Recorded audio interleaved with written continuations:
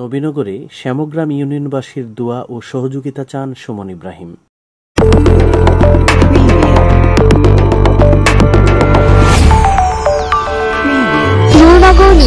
সময়ের সাথে সত্যের পথে। ব্রাহ্মণবাড়িয়া জেলার নবীনগর উপজেলার শ্যামগ্রাম ইউনিয়নের সাহেবনগর গ্রামের কৃতি সন্তান, সাবেক ইউপি সদস্য মরহুম ইব্রাহিম খলিফার সুযোগ্য সন্তান, সৌদি আরবের অয়েল ক্যাশ কোম্পানির চেয়ারম্যান রেমিটেন্স যোদ্ধা সুমন ইব্রাহিম শ্যামগ্রাম ইউনিয়নবাসীর সেবা করতে জনগণের দোয়া ও সহযোগিতা কামনা করেছেন।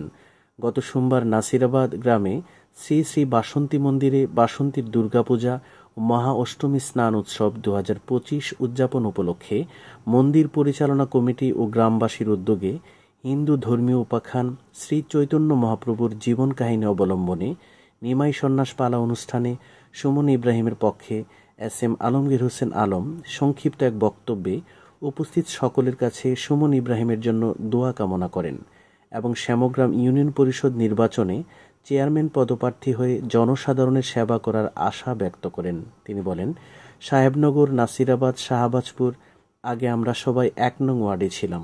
আমরা আমাদের 1 নং ওয়ার্ড হিসেবেই সকলের সাথে মিলেমিশে কাজ করতে চাই এবং শ্যামগ্রাম ইউনিয়নবাসীর সেবা করতে চাই। এ সময় উপস্থিত ছিলেন শ্রীরামপুর ইউনিয়ন বিএনপির সাধারণ সম্পাদক দেওলার হোসেন সুমন, মরহুম ইব্রাহিম মেম্বারের ছেলে কাজী আলম, মোহাম্মদ আজাদ সৌদাগর, আবু কালাম মিয়া, শ্যামগ্রাম ইউনিয়ন ছাত্রদলের সাবেক সভাপতি পায়েলা আহমেদ সরকার, মোহাম্মদ জসিম সহ আরও অনেকে।